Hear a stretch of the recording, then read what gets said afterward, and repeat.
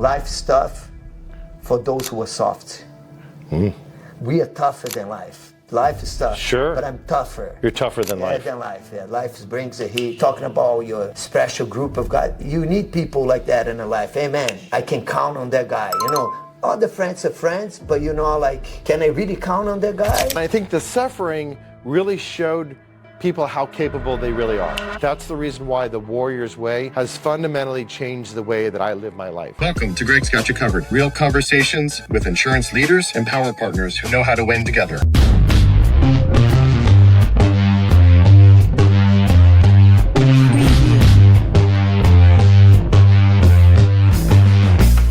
Well, why don't you introduce where we're at and when you started? Why don't you take it from there?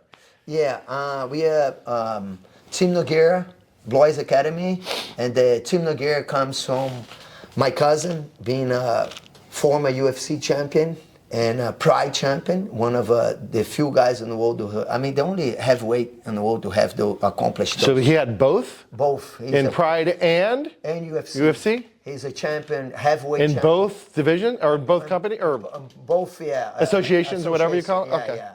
He's the only guy who is a heavyweight champion in PRIDE and became a heavyweight champion in the UFC. So that's why you carry like a Team Nogera, but then Blois Academy, because that's what. Is just your father's brother's son, or how does he your cousin? Like, how are you guys related? In reality, he's like my good friend. But you call him your cousin. Yeah. Got it. He's like Daryl and I. Yeah. But he's really Asian, and I look nothing like Daryl. I can do like right. Yeah. So he's like in reality in '98 we used to have a dojo together, and he was a nobody, you know, like, and then. I think we used to sleep in a dojo, sleep on the floor, and the dream was like, hey, well, if we train, one day maybe we can fight for $5,000, and then we can do maybe 3-4 fights per year, and then we can leave, and then we can still train. The plan was never to make a lifestyle or living out of it. Yeah, it's just make enough so we can leave and train and train. What your passion was. What passion was. And this was what 1996. When was this? No. 98. So this is right before UFC started to really take off, right? Yeah.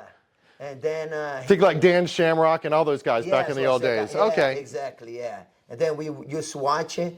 But to make a long story short. When he signed up with the UFC, his last fights, he was fighting for $1.2 million. So we never dreamed. We talked about $5,000 per fight. You know what I mean? That would make a lot of money. Yeah, us happy. And then like he make it. He's still one of the few guys who was like works for the UFC. You know, he's like a consultant or an ambassador for them. Ambassador in Brazil. Yeah, he's the biggest guy in Brazil. So. And we started together, we trained together, we sleep on the floor in a dojo, and I think every time, he just came here like a couple months ago, he was doing a documentary on Netflix, talk about his life, and the guy called me and said, hey man, he says you're an important part of, I think like sometimes a lot of people were friends of Big Nog, his name, I'm friends of... Big Nog, yeah? Of Rodrigo, his name, you know what I mean? Like, but he's the guy that's like, a giant, right? Yeah, because most Brazilians aren't that big, and this guy's a big dude. He's Brazilian, right? Brazilian, yeah, okay. Yeah.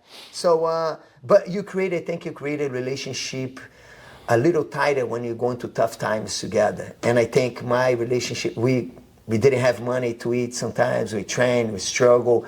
The first fight that he did was in Orlando, and he made $100 in the fight, you know. So we drove $100. $100, yeah. He fought. So it cost you more, almost the same money in gas money, exactly. to actually win the prize money. Well, yeah. And between the hotel and the food, like you lost money. Yeah, I lost money. Yeah. But I want to pause right there because there's something to be said about going to war with somebody, just like the people that fight in our United States military, right? Yeah. When you go to war with somebody, those are your brothers. Yes. Right. That's what I'm talking about. That's what. Even the documentary that he came, he's like, there was a time that we in a war together, you know what I mean? So you create a special bond and a special relationship. And exactly that, you know, times that, you know, imagine that was years ago, and still I can get my phone now and call him and he'll be there, Johnny on the spot. Hey, whatever you need. Hey man, what do you need time to time? Hey, Walt, is everything okay? You good? Every time he comes, like, man, how things are going? How's your life? So it's someone that you can, I know I can count on. You know, like, and we're talking about your special group of guys. You need people like that in your life. Hey man, I can count on that guy. You know, all the friends are friends, but you know, like, can I really count on that guy? Or it's just like... On one hand, I can only count those people. Yeah, exactly. Right? Yeah. Majority of the people are your friends, and maybe even hang out every day, but they're not really there if things... If things go bad? Go bad, yeah. You need to get them on speed dial. Yeah. So one of the things that I think we all experience as human beings is the human condition, right? And if you think about the people that you grew up with that were your close friends, right? Everybody seems to grow apart in their life. You're right, yeah. And what I've started to learn is I'm 56 now, right? So 3/4 of my life, I know I look good. I mean, come on. You know what? Craig's got you covered. No, but for real, what I'm trying to say is, like, I have noticed that as I started to evolve in every part of my life, people spin off of your orbit. They may not be going on that trip with you. And that's okay. Yes. Like I would never say that I unfriended anybody, but I just outgrew some of the people that I used to run with as a teenager in my 20s and my 30s. And these are all seasons of my life. Have you experienced that in your own life with people? Absolutely. You know, like you say, is a cycle. You make life have cycles, and you have the cycles when you're 20, 25, 30, 35. I believe every 5 years we make a new cycle. And well, you go through that when you have kids. Now yes, it's a cycle. Of, if you're friends, like, it's funny that you say that, because Big Nog, I was so close to him, and his twin brother Rogério, I'm closer, but now, actually right now, I'm a little closer to his twin brother Rogério as opposed to him, because he have kids. And you have kids and they're close to your age. So he comes, we go to this, we do. When I go to Brazil, I don't end up hang out so much with him, with Big Nog, which is my closest friend, because I go with my kids and my wife. But then his brother ended up being much more closer to me right now, which is nice. That's okay. Because but my relationship now is closer to his brother, because he have kids on my age. The wife, so we have more things in common. Yeah. So every time I go there, I don't see him. 100% I will see Rogério, his little Nog. 100%. If you make it your priority. My priority, and he maybe not, because he doesn't have kids. He's busy doing other things there. I want to do stuff there. I know. Little Nog will go, oh, let's go to a soccer practice with my kids. Yeah. He have like his kids that play soccer. Let's do stuff together. So that's one of the examples that I give, that people, you know, you all grow. And then other friends who doesn't have kids, I go to Brazil, I can barely hang out because... You have nothing in common. Yeah. They're going out to the club, or they're doing this, and you're like, I have kids. That's not my world anymore. That's not my world, exactly, yeah. So, and cycles when I was fighting, cycles when I was competing, and then like today's days, I don't go to competition. You know, our friend here, Cam, is like a competition. If you train to a fight, hey, can you go there to watch? I'm gonna be busy probably in a soccer tournament. Yeah, this weekend with the family. With my kids. I can go, but then if it was like 10 years ago, I would be there for sure. You know what I mean? Like, oh man, let me train. I want to go there to support, maybe help, be a corner. But even if anything, go. But that part now, at this moment, is a different part of your life. It's a different part of my life. So let's bring us to where we're at. We're in actually checking Jupiter, I think, right now. Jupiter, yeah. So we're in Jupiter now, right? Yeah. So I've got a very good friend of mine, Daryl Peterson. He actually bought me 10 lessons with Wald. I rolled with Wald for those 10 lessons. I was completely exhausted. And you got to remember, guys, I played, college soccer. I did a lot of things. Pickleball, I see you in a pickleball. I played pickleball a lot. So I thought my cardio was in pretty good shape. You have no idea how difficult it is to roll on the mat for 2 minutes with another man. Now, you're not rolling in pajamas. Yeah. You're in a fully gi. Yeah. But I think at the same time, what's important is that people understand it's not just a sport, it's a way of life, right? So tell me about jiu-jitsu, what it meant to you as a young boy. How did you get into it? And what does it do for other students that you have? Because I saw female, I saw male students in here, different age groups. Just give me some feedback on some of those topics. I think one of the things that teach you is discipline, and I was lucky to do early on in my life, and I think where transfer to my life was I learned how to be very focused and disciplined. I never drink in my entire life. So you've never had a drink of alcohol? Never. Why is that? Is it because it was your religion? Was it because your family? Or you saw what it did to other people? Or what? Because of the discipline. I want to be in the best shape of my life to compete. And I knew that could have taken like maybe 2 seconds of me. Maybe it could take 30 seconds. And a competition could mean a lot. You know what I mean? Like, yeah. And of course, I'm old and mature. If I have a drink, it won't affect my life at all. Now, but then, like I would say, wow, that could be something that will affect it. And I had a couple coaches, and it was like, well, there's no benefit for you on that. To consume alcohol. And I carried that on, and that goes for any other drugs. And I was like, well, I'm good. And that's true too. When I go out, sometimes I see how way people acted. Yeah.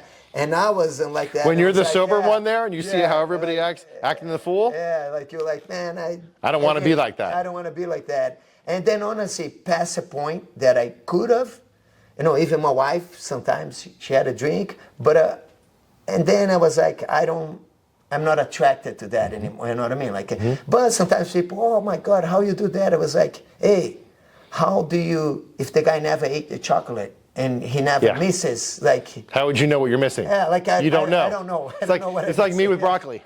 Yeah. I don't know. I don't know what I'm missing with broccoli, but I can't stand broccoli. So you don't Same know, thing. I just know how it smells. I don't like it. So, but then, in the other aspect, it taught me how to be comfortable in uncomfortable position, the martial arts, because someone's on top of you, someone trying to pressure, someone's trying to pull. So, taught me how to deal with adversity, how to deal with and life sometimes put you under a lot of pressure. We were talking a little bit before. As a man, life brings a lot of pressure on you, and it's almost like you figured it out. Greg, you have that. Who's got your back, right? You, right here. Yeah, exactly. Almost many times in my life, and probably you too, is like, who do I have? I feel like I have God, I have Jesus, that's who I have it, but the guy, and it's almost when you're in a fight or even train, man, you can look here. I used to have a friend who told me, like, hey, help me with your eyes, because I'm there, I'm the one who have to get out of it, I'm the one who have to push, I'm the one who have to deal, and besides me and God, I'm the one who have to deal with their problem. So you carry the burden on your shoulders. Yes, and then you push through, and you know how to deal, and you okay with, you know how to deal. Like, man, it's okay, bring it on. I know. Usually I tell my students that life is tough for those who are soft. We are tougher than life. Life is tough. Sure. But I'm tougher. You're tougher than life. Than life. Yeah, life brings the heat, and I think I learned that because of. The martial arts that I done up to today, I have, and we talk about, we have problems sometimes to keep control, to keep composed, and keep discipline. No matter what happens, tomorrow, 6 o'clock in the morning, you come here, I'll be here. 6 or 5, those are times, and I don't care if you're gonna feel sad, if you're gonna feel happy, if you're gonna feel tired, if you're gonna feel my neck's gonna hurt. No, You'll be there. I'll be there, yeah. And when I finish, the sense of accomplishment, like I feel like a million. You can breathe. I wanna fight. Like I wanna fight. Like it's a notch in your belt. Yeah, wow, I won today. You push through. Yeah, today I was here earlier. It was tough, man. 5 o'clock, and now we here at 12 o'clock, man. I feel like I want to fight today. So we call that... I didn't want to come out of bed in the morning. Yeah. So early today. We call that the win of the day. Yes, exactly. And I learned that from a fellow warrior guy by the name of Joe Marinucci. Joe's an avid boxer. He's a wrestler too. How old is he? Joe Marinucci is 51. I remember because he said in our kickoff meeting yesterday when I had all my team do vision board and goal setting, He's like, even though Greg's a little bit older than me, see, I remember that, Cameron. I'm 56 and he's 51. 50. Oh, you're 50. Yeah. Oh, you just turned the big fee. Oh, okay. He's half a century old. 51, yeah. Okay, so let's I'll transition into what you're asking me about before with Warrior, yes. right? So I've been in the Warrior group for about 1.5 years now. Wow. And I was brought into this group by another fellow friend of mine who is an insurance agency owner too. And he had been in since 2012. And at that time in 2012, it was a long time ago, they were like the mini version of the SEALs. You would go out to Laguna Beach, California, you would go into the surf, the water was 53 degrees, wow. and you would get sandy. Wow. And they treated those guys in those days kind of like that. Like it, yeah. It was like an introduction to a mini SEAL camp. And these men came from all over the country, and there's some people all around the world, to go through this suffering. And I think the suffering really showed people how capable they really are. And God says sometimes that you need to suffer so that you can see the fruit of your labor down the road. And sometimes we want to go to God and ask him, to help us, but we want to give him the solution also. God, I want to make $1 million, but this is how I want to do it. But he's not going to answer you like that. Yeah. He's going to say, hey, you need to be right here where you are.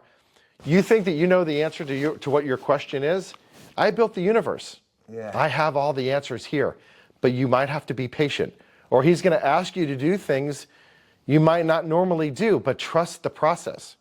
Some of the things that I've learned inside the Warrior group was, if I'm having a challenge, I have to give it to him, whatever that might be. You know why? Yeah.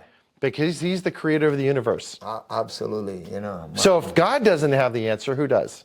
No, he has the answer. He has the answer. So what I've learned we talk about, it's called the core four, which is your body. If your body isn't healthy, or if your body can't do the things it's asked to do, it's going to affect every other aspect of your life. That's very good. That's very The next part is your being, which is your relationship with God. That has to be clean. Yeah. I read an audio book which is titled Conversations with God. It was introduced to me by my coach, Garrett J. White. And after I heard that audio book, it changed the way I have a conversation.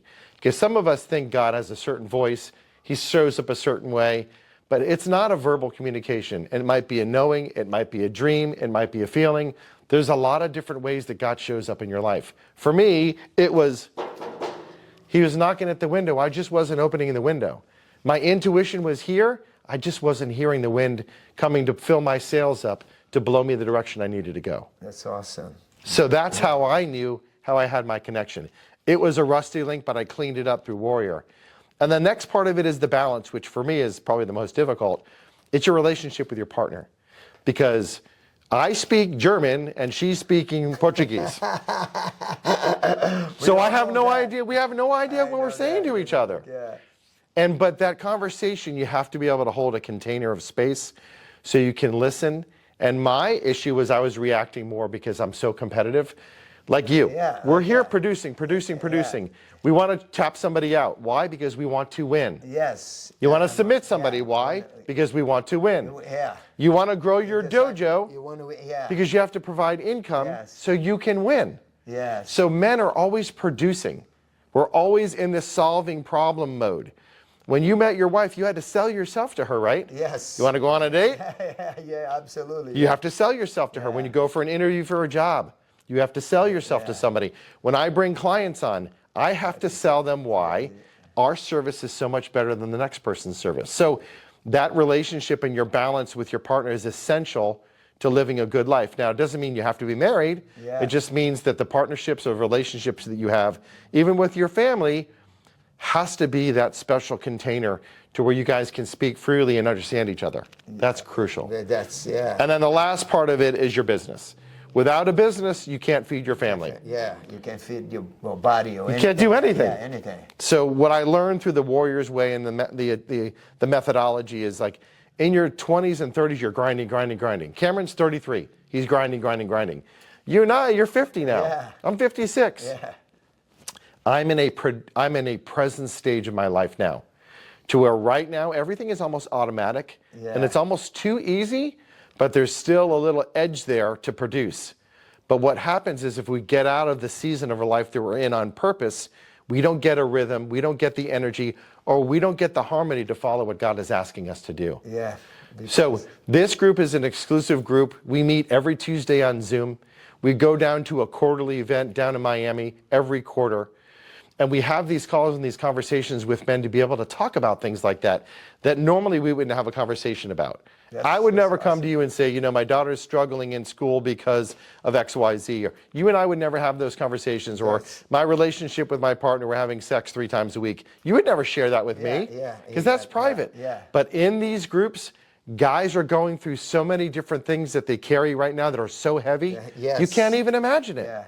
But that's the reason why the Warrior's Way has fundamentally changed the way that I live my life. That's awesome, man. That's awesome. And I like that you have everything. You have God. Body, being, I think balance, and business, yes. Before we're talking about, I don't know how people like physically, they live without an activity. And yes.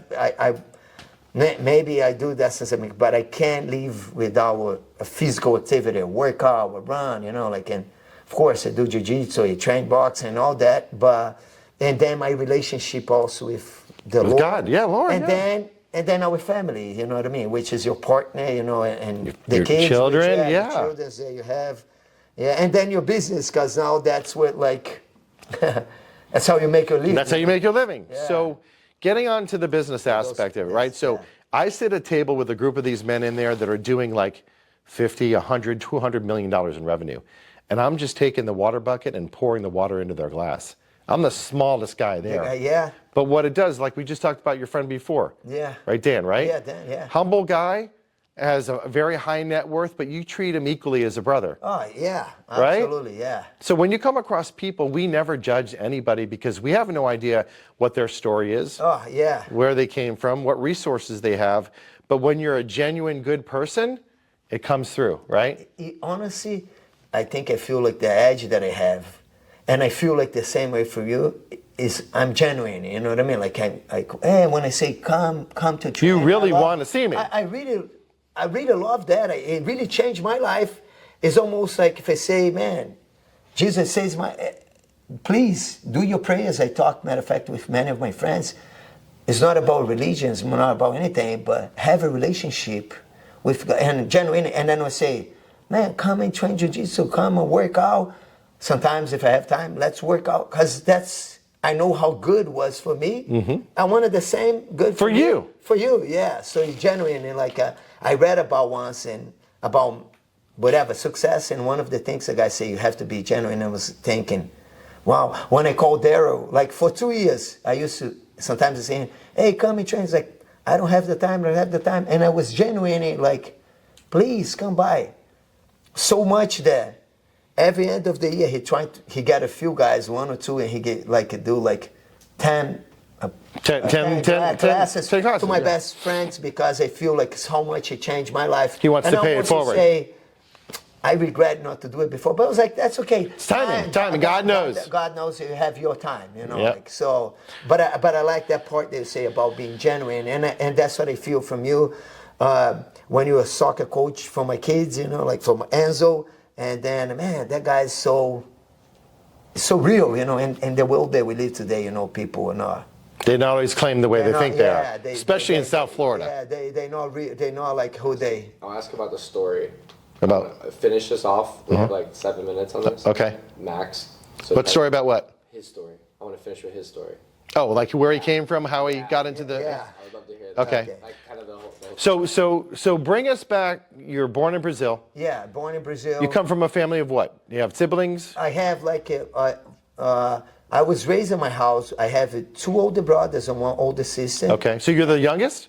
And I'm the youngest, but then my father got divorced. Okay. And I have another sister with. Oh, so you have a half sister. Half a sister, and then I have another half a sister and 2 half brothers. Oh wow! Married again. You got married again. Okay. He pulled a Greg Blanchard. Yeah. Okay. So I know what it is. Yeah. Being that my 3 oldest is my mom's first marriage, so they're not like a full. They're not full blood. Full blood. I have only 1 sister. Got it. But I was raised in a household that I have 2 older brothers and 1 older sister from a different dad, but same mom. And then my father, yeah. And somehow since I was a kid, I was inclined to martial arts, you know, like this. So do you remember the first time? For me, it was watching Eye of the Tiger. Yeah, I mean, not Eye of the Tiger. Bruce Lee. Rocky, but No. It was Enter the Dragon. Enter the Dragon. Yeah, it was like For me, Bruce Lee, yeah. I used to go around my house, jump into my pajamas, trying to kick Yeah. everything out. Yes. That was my first experience with martial arts. I wanted to be Bruce Lee. Can you remember the time when you were like, I want to be involved in martial arts? Yeah, since I was a kid, like all those, I don't know, remember those Chinese movies? Yes. Like I just want the wall. I come here, Yeah. challenging You fight me? Let's go. the move. So those movies, they get to Brazil too, Yeah. you know, like, Yeah. and then it was like those kung fu Yep. movies or karate, and and it was like, man, I want to. You wanna learn how to do that? Yeah, I want to do that, you know, like, and then and luckily because I'm from Brazil, Brazilian Jiu-Jitsu, you know, is right there. So honestly, I want to more of the karate and the kung fu. because it was flashy. But then no, and the guy said, no, Jiu-Jitsu. But I look, I don't know. Then it's not Bunch of really, old men rolling around like, each other? Yeah, it's not really like those kicks. Flashy, that I see. yeah. Yeah, you know, like but. So the Gracie family, were you friends with the Gracie family? Not directed Okay. because they spread out and Okay. so many, you know. But even though I'm from Rio de Janeiro, that's where they came from, and I was one of the first guy because of the karate. I loved also. So they have like close to my house a Muay Thai dojo, which is like kickboxing, you know, for who doesn't know, it's like the closest. And I like that, so I train Muay Thai, kickboxing, and then I train Jiu-Jitsu. You know, I train At the same time? Both disciplines? Both. But in the beginning, I was more focused on the Muay Thai because that's what It's flashy. flashy, you know what I mean? But then as I get older, I understand the power of Jiu-Jitsu, you know, and honestly, even now, if I recommend the 21 say Jiu-Jitsu, because I'm even there, we're talking about is a black belt, but kick and punch, you don't want to do that now, you know, in the 50s and 40s. But Jiu-Jitsu, you can do whatever for the next 10 years, 15 years, you with the right partner. So I start to train, then I train with a guy who's a former UFC champion, Marco Ruas, who's I think UFC champion. Was he your mentor? Was he your mentor? One of them I met on Muay Thai. Okay. You know, and kickbox. And he was one of the first guy who was like mixed martial arts. You know, he trains boxing, he trains wrestling, he trains judo, he trains a little. He said you should know everything. All disciplines. Yeah, all disciplines. Yeah. Which at that time, especially in Brazil, people wants to know only jiu-jitsu. You know, because of the grace, and you don't need anything. You don't need anything else, yeah. You just need jiu-jitsu. But I already grew up with that Muay Thai? mindset. Yeah, you know, Muay Thai. And then I trained with the guy André Perdenedas, which he have a lot of champions. Aldo is one of his main guy. You know, like André Perdenedas. Last year, a year ago, I went to the Hall of Fame because Big Nogera. And he was there, you know, with Aldo. So I saw him. I hugged him. Yeah. He was one of my first jiu-jitsu teacher. Oh. And then 98, then I got together here with Big Nog, and he became like one of my biggest mentor. Now, did he come to the States, or was he still in Brazil? No, or came to the States. came to the States. He came to Because his Florida? mom- Florida, yeah. Okay. His mom lives here. And Probably then- Deerfield Beach, like all the other Brazilians. Yeah, I know. Yeah, Deerfield. Tipo de Janeiro. Hey, yeah, remember we ate at that yeah. restaurant we had to go back to. Yes. He had you're right. he had a liking to a senorita there. Oh, I yeah. dated Brazilians my whole life from that area. I'm from that area. Yeah, I lived there. You know, I had my first apartment I bought in the 10th military. Oh, 10th military? Yeah. Yeah, and then but big. It's funny because I met him. Matter of fact, in Miami, because Conan was at a jiu-jitsu, which is the main guy from American Top Team right now, the main coach Conan, and he had the dojo in Miami. So I used to train there, and Big Nog trains there, and he's like, let's go up to Deerfield Beach. I was like, man, no, I don't like anything up there. You know, why don't? And influenced by him, I came up to Deerfield Beach, and I had a good friend who's like one of the biggest managers, Alex Davis. He managed a lot of fighters in the UFC. He's the one, he brought Marco Ruas to do a seminar here, so I met him through Marcos Ruas. And then when I brought Big Nog, at that time Rodrigo I came to a field to say, oh, I have a friend here, Alex David. And then Alex had a guy who had money, and he opened a dojo for us, you know. And then, but what was jiu-jitsu? Nothing. So me and him, I teach Muay Thai, he teach jiu-jitsu, like 1 or 2 students. Yeah. And where we sleep at the dojo? At the dojo, yeah. We have a rose in the back. We take a shower. So I have a really interest growing up. Everybody was in karate and taekwondo. When people saw, or students saw, or other men or women saw jiu-jitsu, what did they first think about it? Like, can you tell me what they said to you about jiu-jitsu? Yeah, you know, rolling around with a bunch of people? Honestly, that's one of the things that people don't know. That stopped back in Brazil, because even back in Brazil, jiu-jitsu, the 2 guys rolling on the floor is not appealing. So they have to do challenges, kind of a fight. Oh, the guy's the best taekwondo. If you walked in to a place and the guy's kicking the bag, you're scared of the guy. If a guy's punching, papa, you're scared. Or doing a high kick. Yeah. It don't have to be a fight. But when you see 2 guys just...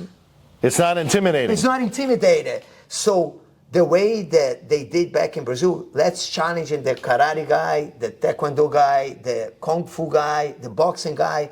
We're going to fight them, and let's see who is the best. I remember seeing a one on Gracie doing that. I think it was Horace might have been doing that. Horace, yeah, when he challenged the guy from either wrestling or and just smoked the guy. Yes. Like literally in 30 seconds. And that's how they earned their respect. But yeah, wasn't appealing, and now kind of the new generation now. I used to remember me and Big Nog, oh, we teach jiu-jitsu, and people were like, what is that? They had no idea what it was. And I was like, karate is like, yeah, karate. We almost have to say karate. Karate instead of, because they don't know it. Taekwondo, like it's taekwondo, karate. Yeah, it's a form of martial arts, you know what I mean? But really, up to today, you're right. It's not appealing, you know? Yeah. It's not something that you're like, man. And honestly, even you, we get experience. You have to pass a time, and maybe Cameron probably knows that. 6 months, you know, because initially it's boring, you know what I mean? It's nothing really like, why do you like that? And even my mom, I remember when I was young, do you like that? Like, you roll in the floor, like for sweating on another guy, like wearing pajamas, right? Pajamas, like the clothes goes right in your face, and like, how do you like? Yeah, that can't be fun. Yeah, that can't be fun, you know what I mean? But, and usually, like, that's what I was telling you, like, to explain it to people, explain it to me, to explain it to somebody that tastes of chocolate who never ate it. They never ate it before, yeah. Like, no, and then I said even another one, explain the color red for who's blind. Who's blind, yeah. You can't. You can, like, you have. How do you explain it? You have to show them. You have to leave, yeah. And to beyond that, honest, you have to a little longer, because I have a few people, a few friends who I already did a few class. I didn't like. Well, you didn't. I don't know, like maybe sushi. Who never ate? Eat one piece. I don't remember to eat sushi and then love it right away. Mm-hmm. You kind of have to get. You have to get in the mood for it. Yeah, and then now you love it. You know what I mean? Like, and also, it's also how it makes you feel. Yes. Because if you eat a roll of sushi, but then you eat some Kentucky Fried Chicken, you're going to feel completely different after the sushi. Yeah. And just like with taking class. Yes, exactly. After the 10th class, you're going to feel a lot different. Yeah, yeah. See, so it works the same thing. So then I finally, like, we came here, and then with Big No, at that time, he was nobody. But what happened, like, within, like, his first fight, he makes 100. I was there with him. Then the second fight, I think it was in New Orleans. Again, I went with him. The third fight, I fought too in the same event. And then after that, Marco, who was like my teacher, he's like, yeah, it's a fight in Japan, and they call me, but I don't want to go. And then Marcos, who helped him to go to Japan, and was an event they called the King of Kings. It's a 16-man tournament. Wow. At that time, I had a visa problem. I couldn't go. He's like, hey, Walt, go with me. No, I couldn't. You couldn't leave the country to go to leave Japan? the country. So he went, won 2 fights, and came back.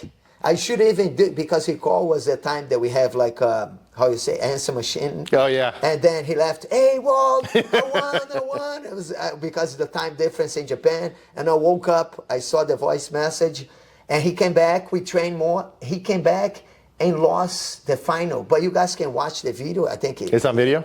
everyone can watch. YouTube? He fought Dan Henderson, but he won the fight. Oh, Dan Henderson. He won OG. the fight. He won the fight, but they gave the fight to Dan Henderson. So yeah, watch it. I mean, Yeah. I'm not gonna be judged. Watch the fight and you tell me. Got it. No, it's right there. Yeah, got it. It's like obvious, he taken down him. I don't know what the rules was, but then he lost. And then at that time we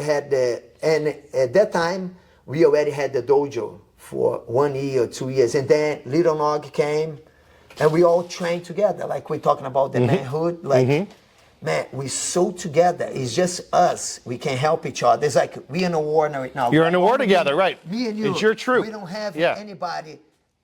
I'm gonna like you much more than I like you. You go to your house right now, you do your stuff, you go eat a steak. No. And many times, matter of fact, the documentary, he just came last month here they taping right now the documentary about his life. And we talk about little things that we forget. We share a power bar, a protein bar, because we had no money. Finished training. Hey man, hey Walt, so let's go. We go to 7-Eleven, protein bar, half and a half, and You're breaking bread together. let's go. And then tomorrow morning, wake up, let's train again, without any perspective of win anything or You never thought that you would be in the Right, windfall that you were No, and get never. compensated for something you love to do. Yeah, exactly. And that's another thing. Up to today, matter of fact, yesterday, my student, how do you feel like wake up in the morning, 4 o'clock in the morning, come and teach the whole day? It's like, I remember very clearly, my dream was like one day, I want to be training all day long. You know what I mean? And that's Here you are. That's what I have it today. You know what I mean? I wake up like 4, like I'm here the whole day. Later, come back. And that's what I do. Never forget where you came from. Yes, exactly. Yeah, and that's one of the things. I was 2 months ago. He was here. I show you videos later. The guys was all camera here, everything. I think it's gonna be on Netflix. Yeah, he already did the one. I was on it. I can show it to you guys. But he always remembered. And the guy who was productive is like, hey, Walt, I know you. He talks a lot about you. I already know who you are. I know the importance. He said, we have to fly to South Florida and we have to go because someone important in my life was a moment. And many times he told me, like, if it wasn't for you, I would have give up and go to Brazil because, we need someone. To push us. I was a reference point. Yep. Here, we trained together many times, which is being a bless, probably Cameron can. I had a private, who was my private teacher? Who? Big Nog. He take 24 hours. Yeah. He wants to train, and I lived with him. He trains every day, Monday, Tuesday. Hey, Walt, let's do arm lock, let's do that, let's do this. Up to today, I do techniques. I was like, I never seen the technique, and then when I start to do it, I did it before. He's very He was obsessed. obsessed. He was obsessed. Monday through Monday, no breaks. Obsessed. Monday night. And who was the night. famous swimmer that won the 7 gold medals that was obsessed, that trained every day for 7 years? Yeah. Remember? Do you remember his name? Michael Phelps. Michael Phelps. Big So- Nog trained. And remember, it's like, let's take a day off. He's like, tomorrow. Comes tomorrow, he wake up. Hey, Walt, let's just do like 10 minutes of 10, 20 minutes, 1 hour, 2 hours, 3 hours. Then we go eat. Well, can you please help me? Yes, again. Monday through Monday, he don't know how to get breaks. That's incredible. He never got a break. The time that I lived with him, the times that I see him train, obsessive to the max, you know what I mean? Like to the, but then that's outliers, talking about. Outliers. Who do we know outliers from? Yeah. Your boy, the ultramarathoner. Yeah, 10,000 hours. All right, so we're good on time. Bro, it's been a fantastic conversation we've had. Where can people find you on Instagram? Do you have an Instagram handle that we can? I have like Facebook or Facebook? Yeah, or Team Nogera, Walt Boys. Yep, Tim Nogueira, Walt Blois. Yeah. And that's on yeah. Instagram? Yeah, Instagram or Team Nog, too. They can find us, and at Walt Blois. And you can actually look on my friends list, and I'll be on there. But very good. but So if you're in blank area and you want yeah. So if you're in the Jupiter area, Jupiter, Palm Beach Gardens, yeah, you can come. are you open? How many? What's your days of operation?